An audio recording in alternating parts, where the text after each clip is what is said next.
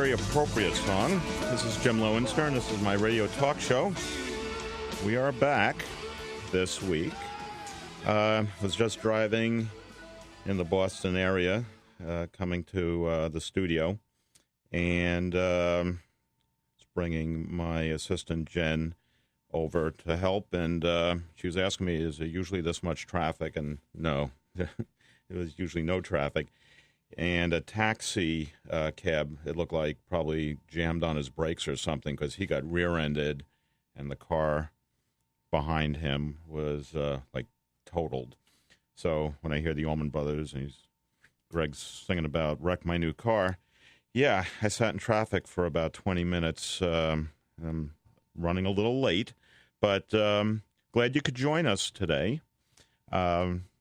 I've got a couple of guests with me. It's going to be a great show, and we're actually going to try getting our Twitter tweeting system up in motion so that people can actually call in, even though it's pre-recorded. We're gonna try it. I'm not expecting any immediate results, but this is sort of a test run with Jen helping out.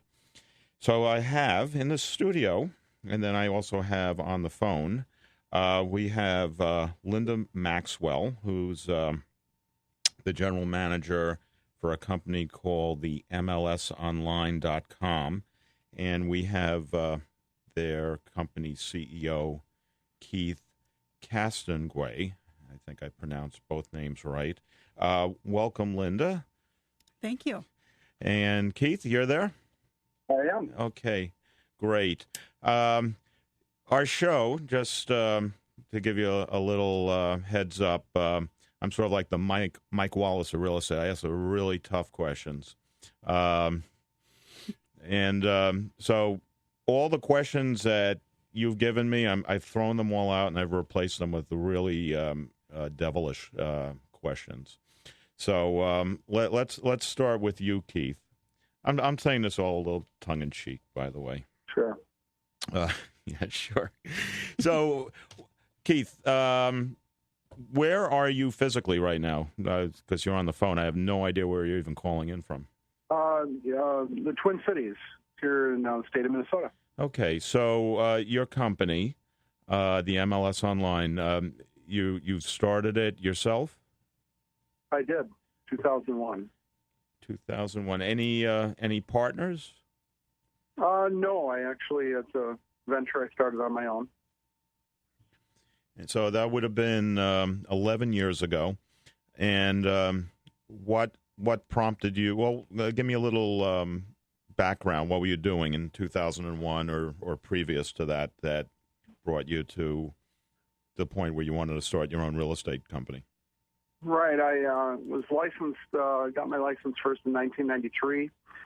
And throughout the 90s, in the latter 90s, I worked for a company that produced a website by the name of cyberhomes.com, which was competing directly with, at the time, Microsoft's Home Advisor, was competing with Realtor.com, Homeseekers.com, other national sites that were trying to be what they termed at the time a portal for real estate. So this was a venture that was started by Management, which was the company that owned and started Cyber Homes that I was working for. And so my getting into the business kind of came through first being licensed, of course, and then moving on from there, working within the software industry, for lack of a more sophisticated term. Well, it was more or less the early phase of real estate coming to the internet. Correct. Even though the company that I was with at the time had, it was a legacy company printing MLS books for a lot of MLSs nationwide. MLS books. Oh, yeah. Bring us back. So this is before the Zillows and the Trulias and all that stuff. Correct. That's right. So that kind of began my the idea for starting my own company and launching out on my own.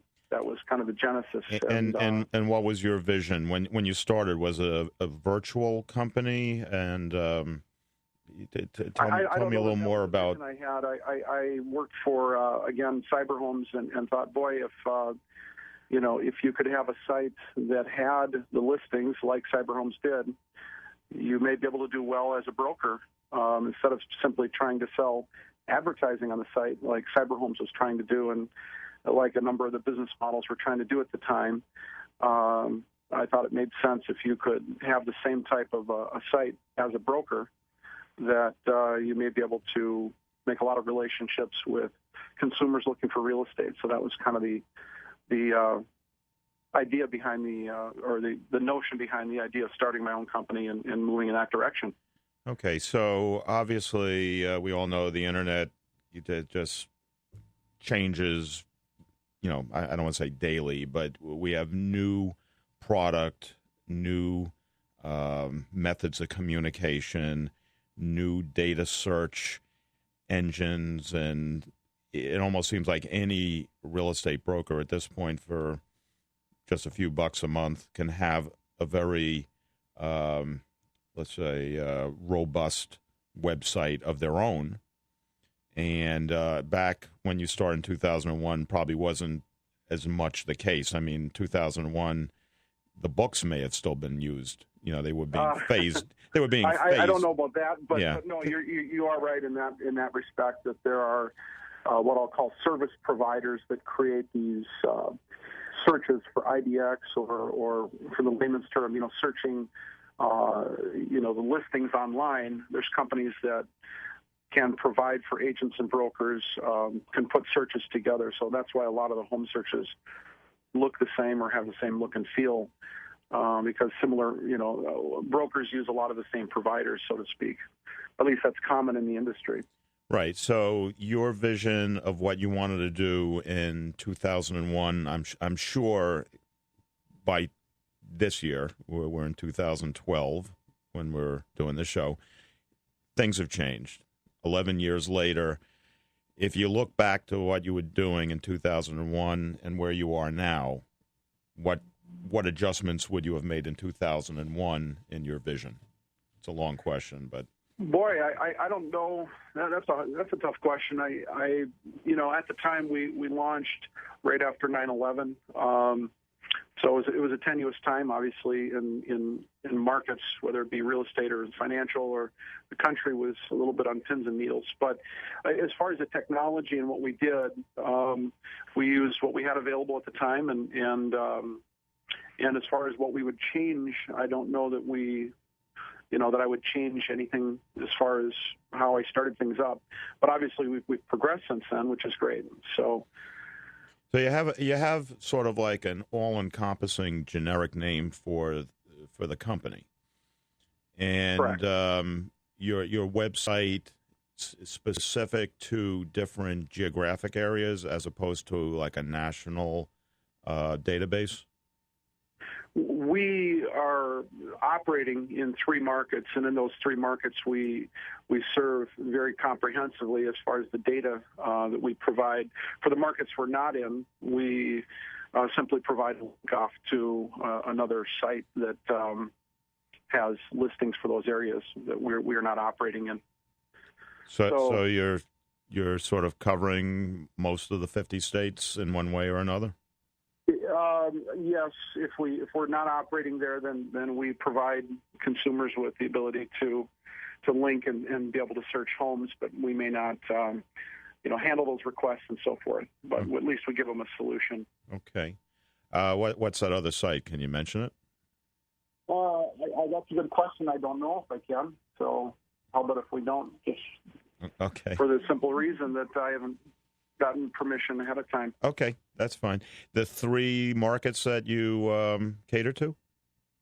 The Twin Cities area, Minneapolis, St. Paul, greater metro area, Seattle, Tacoma area, which is 3.5 some million people there, and then the greater Boston area.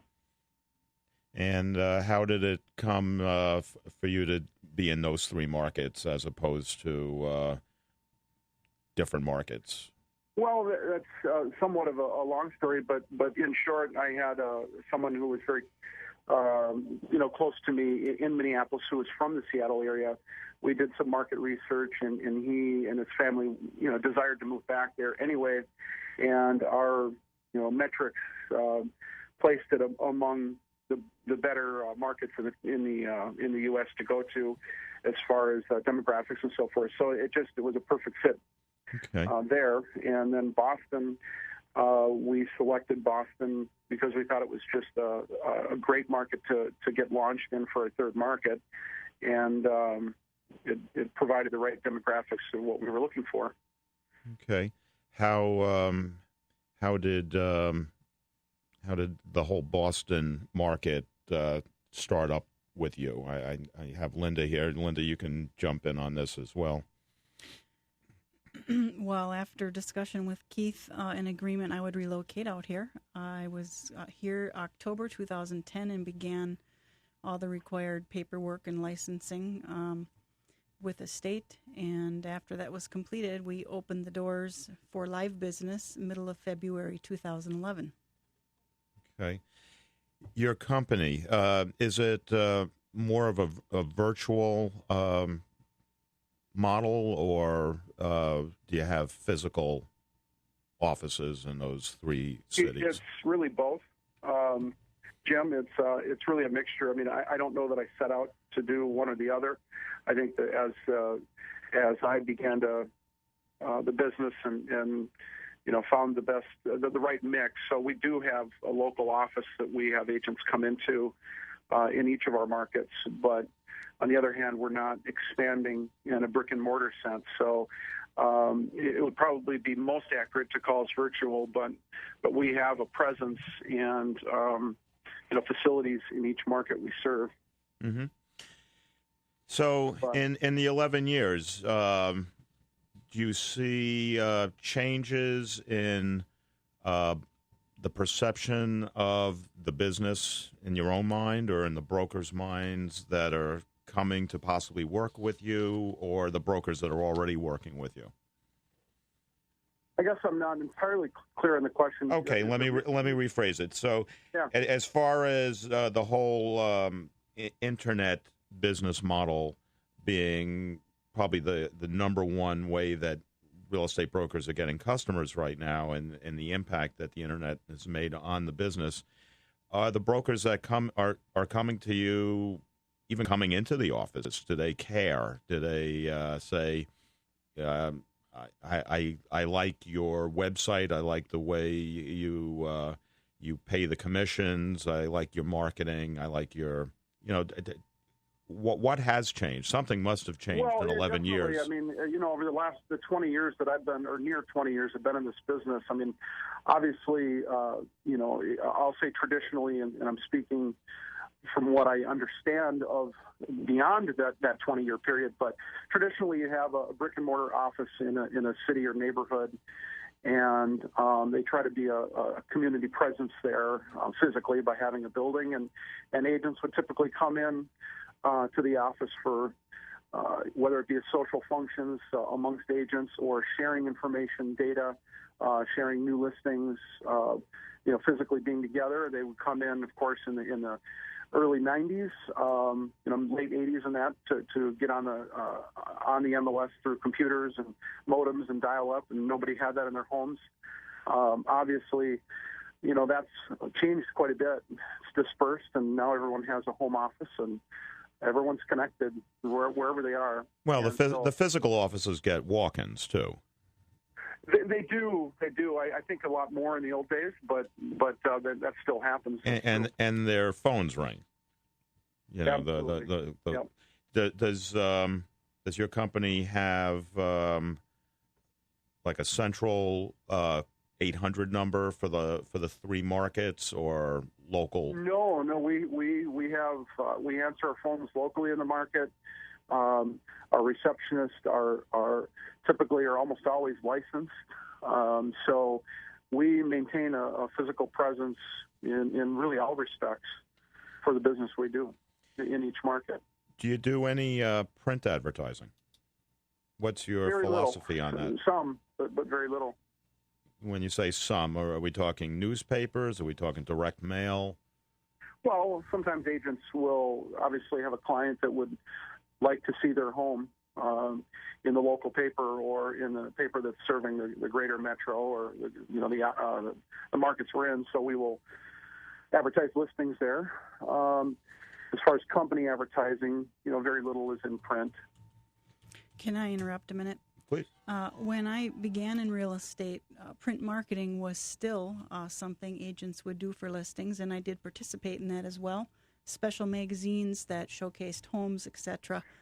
What I found out in a very short time is I was wasting my money because that type of advertising was not reaping me any interest in properties. So the online marketing was early clear to me that was the way to go. Okay. So what's the goal of your company as far as different marketplaces? Are you looking to expand into different metropolitan areas? Yeah, absolutely. That's our goal, is to expand like any company's mission would be. But to do that organically, to do it through natural growth, there's a couple different strategies on growing companies. One is to be a mile wide and an inch deep and do that very quickly. And then the other is to let the company and the success of the company spawn the growth and, not bring in investors or that type of thing and try to blow it up real quick, to really grow it from the success that the company achieves in the markets it's in. And that's kind of been my approach. So ultimately, yes, but I'm not in a race to do that, so to speak. Who do you see in the marketplace that's, operating with a similar business model, if any? I would say that probably our closest competitor, as far as our model goes, would be Zip Realty. Why is that? Oh, I understand their model. At least I should say traditionally their model. They've made some changes recently, but they just operate similar to how we do. So they have a similar model that they deploy. Okay, so what we're going to take a short break, and then when we come back, we'll talk a little more about that. Thanks, Keith. Stay with us. We'll be right back. This is Jim Lowenstern Radio Talk Show on WWZN, Revolution Boston. The heart is a balloon, shoots up through the stony ground. There's no room, no space to rent in this town. You're out of luck.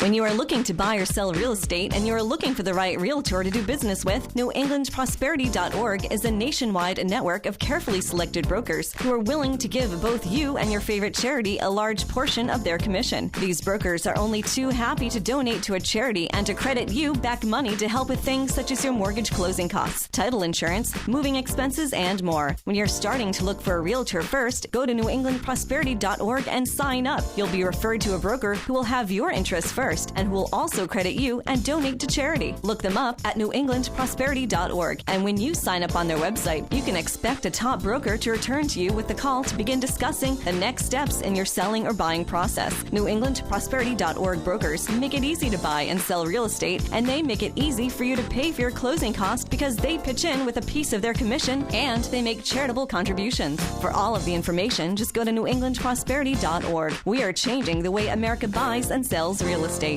Craig Taney is a full-service mortgage broker lender serving Greater Boston for the last 20 years. In 2009, Craig and his partners started Mortgage Equity Partners. MEP is a boutique home loan origination company that seeks out the most aggressive lenders for home mortgages and can offer the most competitive rates available in the market today. Call Craig directly for a personal consultation at 781-309-180.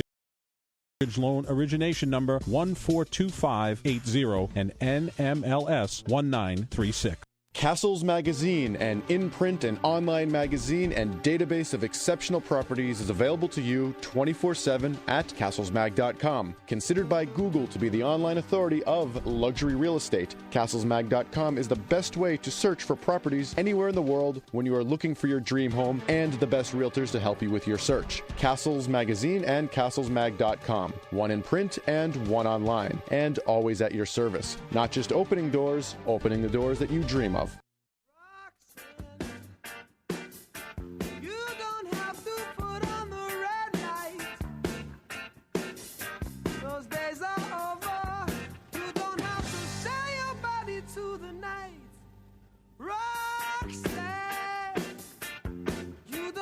Welcome back. This is Jim Lowenstern, my radio talk show at 1510 a.m. You can also listen to these shows, jimlowenstern.com. So, let's see. We're going to continue with Keith from the MLS Online. And we also have Linda from the same company, Linda Maxwell. So, Keith, we started talking before the break about comparisons with Zip Realty. Zip, as far as a business model goes, they well, I'll let you talk about why you think you're similar. Well, they typically operate one, maybe two offices in a major market, and they primarily work on driving traffic to their website and have agents that they disperse those leads to. So just in general, I would say that we're similar in that, those kinds of ways. Okay, so at least from what I know, Zip, if they're not doing it currently, they were giving credits for, a percentage of their fee for service, their commission, to their buyers and sellers. Is that... I'm sorry. Oh, yes, some type of rebate. Yeah. Does your company offer the same? No, we do not. It's my understanding Zip has discontinued that as well. Yeah, I believe they discontinued that practice, by the way, or have significantly scaled it back to a meaningless point. Okay. It's an interesting business model that, the fact that they probably don't offer it anymore. There's Redfin that's probably still doing it, but their business... Well, why don't we talk about that for a moment? That's an internet-based company. What are your feelings about them? And Zip, as far as I know, is sort of nationwide. They're publicly held. It's a stock company listed on one of the exchanges. What do you have to say about those two companies in general?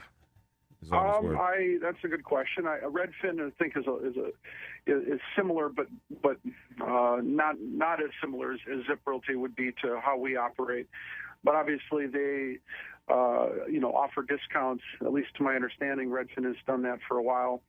I think they were searching for a low-cost model. And that's, kind of what they're striving for, low cost meaning for. But I don't know that they provide the service that most traditional real estate agents would provide, because they divide their tasks up into teams, so to speak, where you have someone that will coordinate things over the phone and maybe show homes, and then when it comes time to writing up the offer. My understanding is for a long time their practice has been to bring in another agent to actually write an offer and kind of take the transaction from there. So we're talking about Redfin. Redfin, Okay. Yes. And so that's dissimilar to how we operate and how Zip Realty has operated, to my knowledge. Yeah, I mean, my initial impression of Redfin was that they were essentially telling buyers and sellers they didn't need a real estate broker. You don't need a real estate broker anymore, but you can use us. We're real estate brokers. So on one hand, right? I mean, it's a little bit silly. That's kind of, you don't need a real estate broker, but by the way, I'm a real estate broker. And right. I love your business. Part of that was their marketing and trying to do everything online and trying to appeal to that notion, which I don't think has worked because they've. I'm not going to say it hasn't worked, but I will say that they have moved more towards hands-on assistance throughout the process. Let me just put it that way. Well, and I know, Linda, you have something to say before I talk. I guess in Redfin, the big difference is there's no continuum of care for the client. In fairness, they're not here to defend themselves. But it's different. It's a different model than your model, our model, that we do believe extremely concretely that continuum of care with a licensed professional is critical. Well, the whole Redfin model is, I guess, like Zip, they had to change their model over time. I think their model will change too. But they're starting to bring in brokers from other companies. It's almost becoming more like Trulia and Zillow for just getting leads for any broker. They are. They actually wanted me to sign a contract with them that they would give us referrals. Yeah. I wouldn't do it because they wouldn't change any of the verbiage that was not acceptable to me. And so they basically said, not negotiable, goodbye. Right, yeah. And that's the other confusing thing. I think they have salaried people where the money back to the buyer, for example, would be X, and it would be less with another kind of broker, but every broker is showing up on their website. So if you were going to be dealing with that particular company, wouldn't it? I mean, I think it's a lawsuit waiting to happen where two buyers that go to the same website end up with different deals. Mm-hmm. Correct. Do you know anything about that, Keith? Have you thought about it at all? About Redfin's model, you mean? Yeah. I mean, I think they're salary people. They give one rebate percentage back. And then if a broker, maybe they work for my company, not that any of my brokers do, but, just a traditional real estate company. And it's a different percentage, but the lead came in off the same website. I don't know if I'm entirely following you, but I'm saying they, as far as I know, they do split up their tasks. Are you saying they compensate not tasks? Their agents differently? No, rebates to the buyers and sellers different. Linda seems to have an They are idea doing that, and the commission. What they're doing is getting outside brokerages such as the MLS Online or Castles Unlimited, whoever, to sign a contract with them for referrals.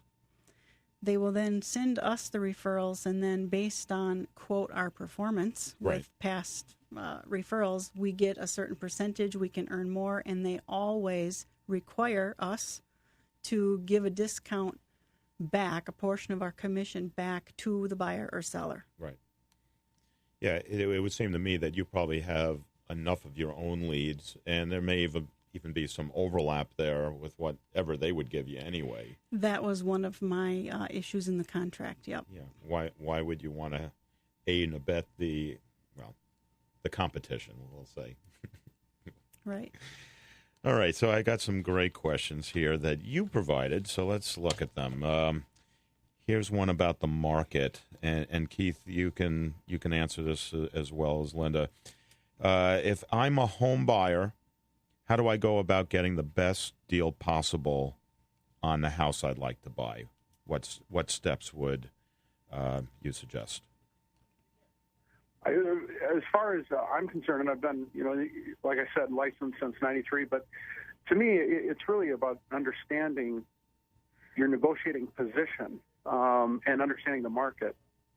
You can deploy maybe many strategies potentially to accomplish that, but if you want that home, you need to understand, the marketplace you're in, meaning, is there likely to be multiple offers, trying to understand where the seller is at and where they might be coming from, and having that knowledge going in with your offer. There are times when you can be a very tough negotiator and to your guns, but over the years, I've seen so many buyers and sellers on both sides, but they stick to a principal notion that was in their mind prior to maybe when they first listed many months ago, or when they when they thought about selling a year ago, or they bring preconceived notions on what kind of number they're going to stick to. And so when it comes to a buyer, obtaining the best price, to me, it's really understanding, what do you have leverage in the negotiation? Do you have leverage with your offer? And if you can understand that by having a professional by your side who can help you understand the marketplace and the current conditions, and particularly whether or not there are likely to be multiple offers or other offers coming on the market. If you can understand that, then you can really make the best offer that makes the most sense for you, but also takes into consideration other competitive forces and other issues that are going to be affecting your offer in the end as far as that seller is concerned. And, prime example for why buyers really need to have their own buyer's representation. Buyer's rep is the only one who's going to do that research for you and help you figure out your strategy and negotiation plan in order to suit your needs the best. I agree/disagree. I think Keith hit upon it, and the key, I think, is getting the broker that knows a really good overview of the market. Maybe it's through experience and dealing with a lot of different sales and a lot of different people. It's not a negotiation strategy. It's very analytical. I think you have to analyze each situation. It's not you got to take the people out of the analysis. It's not that the seller's moving and they need money for this house. It's the house that they're buying. It's the condo they're buying, the multifamily. What kind of condition is it in? If it's a rental property, how much income is it throwing off? What are the expenses? It's analyzing every detail. It needs a new roof. How much is the new roof? And I think that in what we're seeing develop in our business overall, people want properties in good condition. If not, they want to know exactly what it's going to cost to get them in that condition. And if you bring a property to market and it's not in good shape, you're going to pay for it one way or another. There are very few buyers that are going to say, okay, well, needs a new kitchen. That's okay. I don't mind doing that myself, and I'll pay for it. Don't you worry about it. Correct. But it better be I agree, Jim. And I think, that is, best done by someone who's representing your interest in the transaction. And, it could be done by anyone, but if you have an inherent conflict of interest between, someone representing the seller. Well, I mean, a dual agent can be completely honest with both sides. It's possible. Why not? I disagree. You really? Absolutely. Okay. Even as a listing agent, I would not represent a buyer for my listings because we all have a human filter. What if it were new construction, and it's priced fairly, and you really don't need to negotiate more than 2 or 3%? But that's a big leap, Jim. Yeah, the notion that it's priced fairly is subjective to some degree. I guess it depends on the town. I mean, if there are enough new construction sales where you can point to a dozen, and this is priced under it, it's priced fairly. I'll give you an example. My last purchase was new construction. Probably the best lot available in that development, so it was at a premium. Mm-hmm. I had a buyer's agent. If I didn't have that buyer's agent, coincidentally from the MLS Online, she negotiated hard and heavy for me. That builder was not going to give a penny. He did end up giving a penny. He ended up... That was at the height of the market, right? That was at the height of the market, but I wouldn't have been able to negotiate that without my own agent. Okay. In that circumstance, I'm just saying I don't know if it's 100% of the time. I mean, I have a listing I'm putting on today. We actually raised the price because everything that's going up right now, the prices were higher than what it was before. And I've already had offers on it even before I've put it on the market. Now I have someone I'm meeting tomorrow who would be perfect for it. And I probably will represent both sides of it, and they will get a fair price. and the builder's going to get a fair price as well. So, I don't know. We didn't say it could never happen. Yeah, I'd say it's, it can happen. It can happen. Okay, so... the question is, how do you have confidence as a buyer when you know the agent is representing the seller? And then there's that's kind of where the question comes in. You need to have confidence in that, or you should as a buyer. Yeah, you have to feel really comfortable that your broker, for whatever reason, can really represent you in the best way. And in my mind, as well, it goes beyond just simply, a listing agent or providing accurate information. When you have a buyer-focused agent or buyer's representative on your side, I really think that they're advocating for you, which is really a big step beyond simply providing all the available data, so to speak. Okay, well, which might happen in a dual representation, for example. Okay, sorry to interrupt. We're gonna have a short break, and we'll come right back. This is Jim Lowenstern. This is my weekly radio talk show all about real estate, and you're listening to let's see, what is it? It's not a WWW, but if it is, it's revolutionboston.com. It's AM 1510 in Boston, and we'll be right back.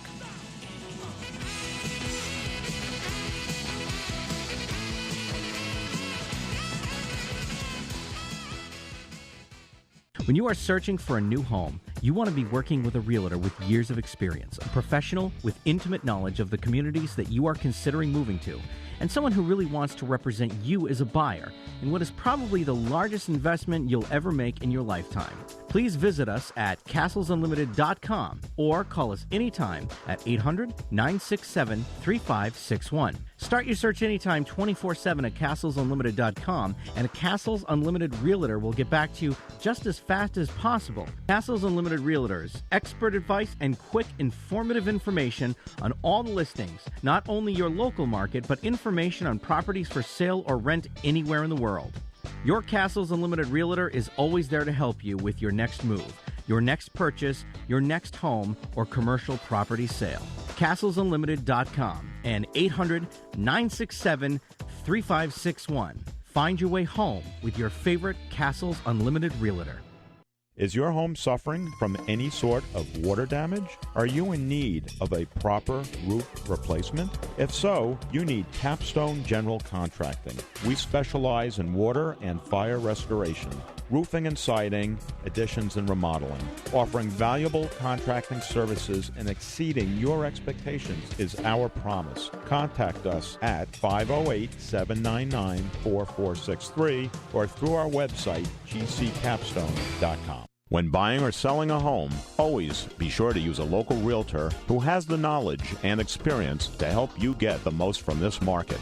Properly pricing your home is vitally important. Realtors value properties every day. They understand how best to show a home and can help enhance the saleability and sale price of your home. This message is brought to you by the over 19,000 realtor members in Massachusetts. Contact a local realtor today, and good luck in the search for your perfect home. When you are looking to buy or sell real estate and you are looking for the right realtor to do business with, NewEnglandProsperity.org is a nationwide network of carefully selected brokers who are willing to give both you and your favorite charity a large portion of their commission. These brokers are only too happy to donate to a charity and to credit you back money to help with things such as your mortgage closing costs, title insurance, moving expenses, and more. When you're starting to look for a realtor first, go to NewEnglandProsperity.org and sign up. You'll be referred to a broker who will have your interests first and who will also credit you and donate to charity. Look them up at NewEnglandProsperity.org. And when you sign up on their website, you can expect a top broker to return to you with a call to begin discussing the next steps in your selling or buying process. NewEnglandProsperity.org brokers make it easy to buy and sell real estate, and they make it easy for you to pay for your closing costs because they pitch in with a piece of their commission and they make charitable contributions. For all of the information, just go to NewEnglandProsperity.org. We are changing the way America buys and sells real estate.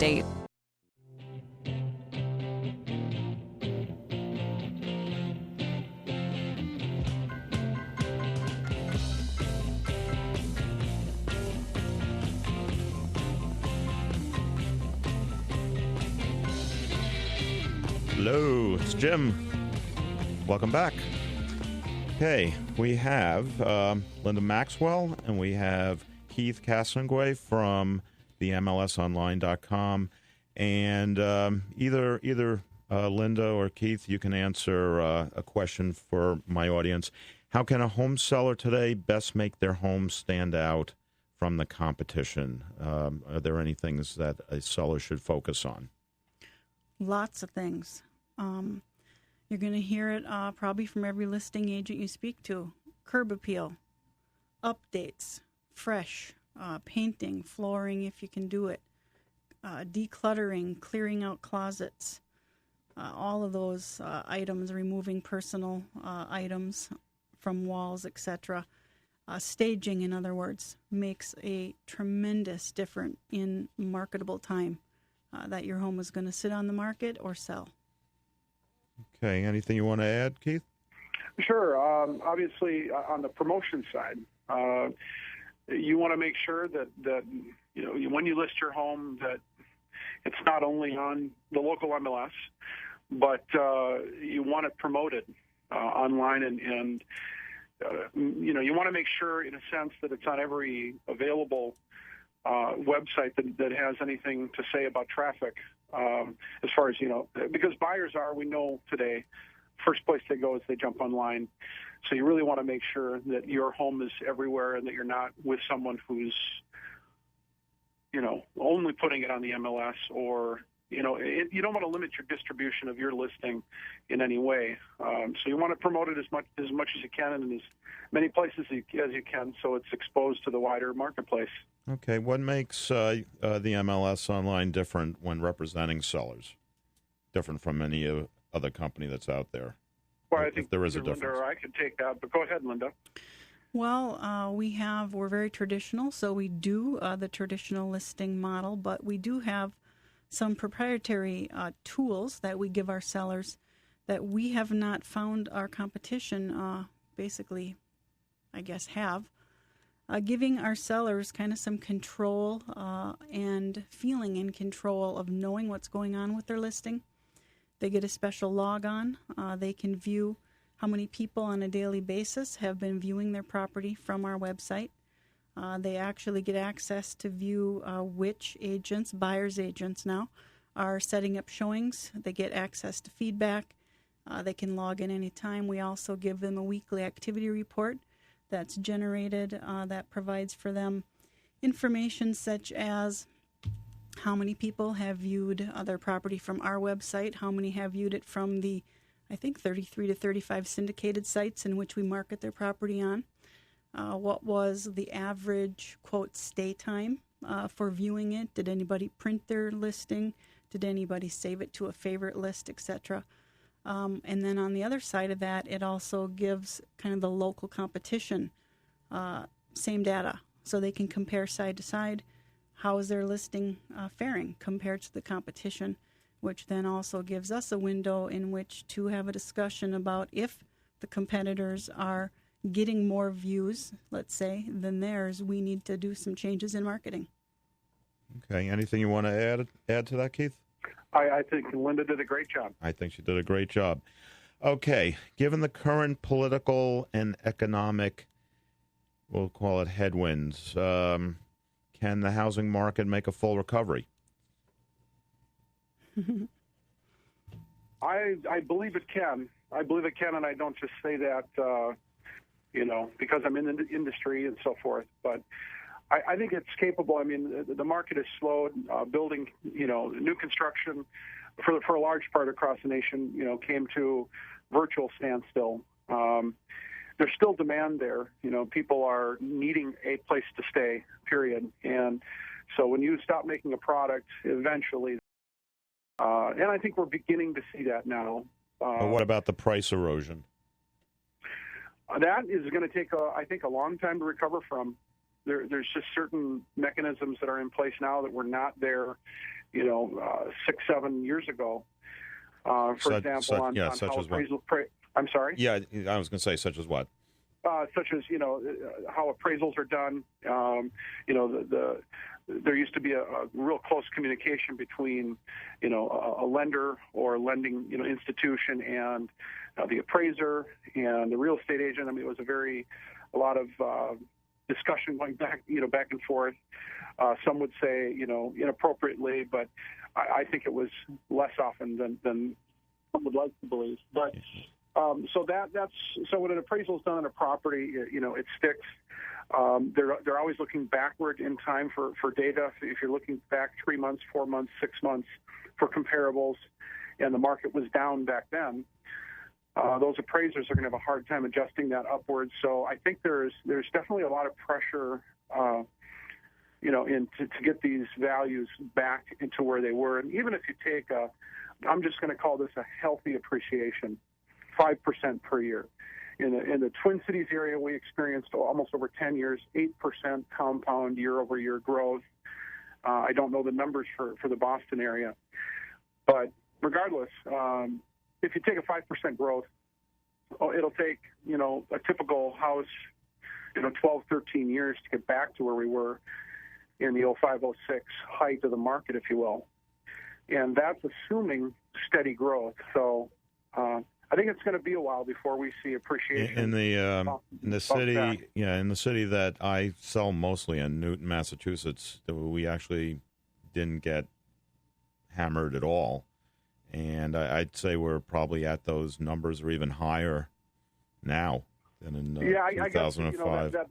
Linda may be able to speak to that. I'm really referring to a lot of the country that has seen price erosion between 30 and 40%. Or more. I think that's the exciting thing about this particular market is it is vibrant. The real estate market is swift. Even since the last year, we were finding multiple offers on properties. We could not get offers written quick enough. And in 2012, that has just magnified pretty much in every area that we have agents.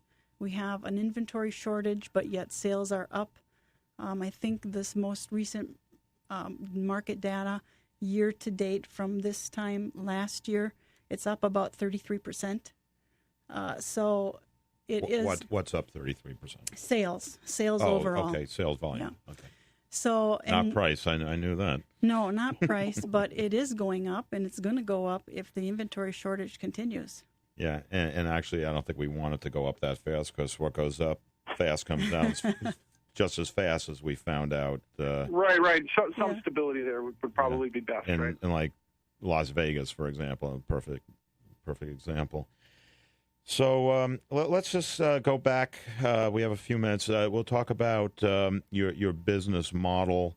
What was the necessity for what you're doing, and is it really that much different than what even I do, for example? Is it any different?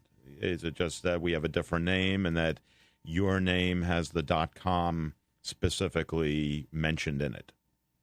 I think there are some significant differences, particularly on the brokerage side. What I mean by that is our agents provide a lot of traditional services that most real estate agents do, or most brokers do, as you refer to them. But just the addition of the tools that we offer sellers, our focus on representing the interests of buyers and advocating for them in the transaction, I think is different than a lot of than traditional. Or I should say, it's different than what has been the norm in the industry, which is to really focus on, getting listings, pursuing listings, and representing sellers. So that and the technology we do bring to our agents, the leads we provide our agents, I think there are significant differences. I'm going to challenge you. I'm going to say my company, Castles Unlimited, the MLSonline.com. I mean, if you are saying all the things that you do, I could name all the Realogy brands and all the other independents in my market that do traditional. We're all on the internet. We all work with buyers. We all provide all kinds of statistics to our sellers. You didn't mention virtual tours, but I'm sure if you have a listing, you're doing virtual tours. I'm in MLS right now. I've got your listings up. I see a Tour Factory virtual tour that throws off data automatically to the sellers. I think we do essentially the same thing. I don't think there's any confusion. I think we're all providing as many services to our buyers and our sellers and our brokers as we possibly can. And that may be the case, but you also look at how a company does those services and how they do what they do, and I think that also helps us stand out. There can be 100 car lots, but they don't all operate the same. They all right, but I think you are embracing the same set of values that I do, for example, and that most of the brokers that I know. Well, let's put it this way: you're realtors. I see realtor symbols next to some of your brokers. And I think most. yeah, and that's important. Here's a question that I do have, that this one may come to the heart of your business model. I'll take $1 million listing, for example, and the name of the company is Castles Unlimited. I don't think I get listings that are only in that price. I've got a listing personally for $150,000. We cover the full spectrum. But would you find yourself have a tough time getting that same listing with your name? It's very generic, whereas mine is maybe less generic, a little unusual. I'm not sure how that would hurt us. I guess maybe I'm not understanding the thrust of your statement, but no, I think we have a very solid brand. We incorporate traditional services along with a fresh brand to that, and the type of promotion we do for a typical seller. I'm gonna offer you this, Keith. As long as I've never done this on the show before, I have several trademarks, several magazines that I produce. One of the trademarks is literally just the word Castles, and that is a network of brokers around the world that are just selling million-plus houses. Usually when we go to print, the average selling price is $20 million. So if your brokers are ever getting listings above $1 million, you can get them into our, at least at the very least, online. You can partner with us and sort of slingshot your brand into the luxury market, whatever co-branding you were going to do with, what was it, Redfin? Well, we weren't. They requested it. We were not. This might be a step in a better direction. I don't know. I always that love. Definitely is a market segment that we do serve. To say we focus on it, I think would be inaccurate. But I do focus on it. I think it takes a lot less energy to sell $1 million house as opposed to $100,000 condos. Can I sure. just interject? I do think that because we are on the web, we do get clients who can find us anywhere in the world, and they do. So putting a listing on our website is going to get the same exposure minus some of your printed material. No, this is online. This is castlesmag.com. Yep. I mean, any printed material is just really marketing for the website. But we can talk about that off air. Mm-hmm. We can continue that conversation. I want to thank my guests. Keith Castonguay, he is the CEO of... Keith? Yes. What's the name of your... MLSonline.com. There you go. Yeah, I was going to give you the opportunity. And Linda Maxwell, who's operating the company in the Boston area. And just want to thank my guests again, and keep your comments coming in, your questions coming in to jimlowenstern.com for the next show. And keep listening. It's 1510 a.m. in Boston. RevolutionBoston.com, JimLowenstern.com. And you can also check out some of my other websites, CastlesMag.com and CastlesUnlimited.com. Thanks for joining us once again, and be back next week. Bye.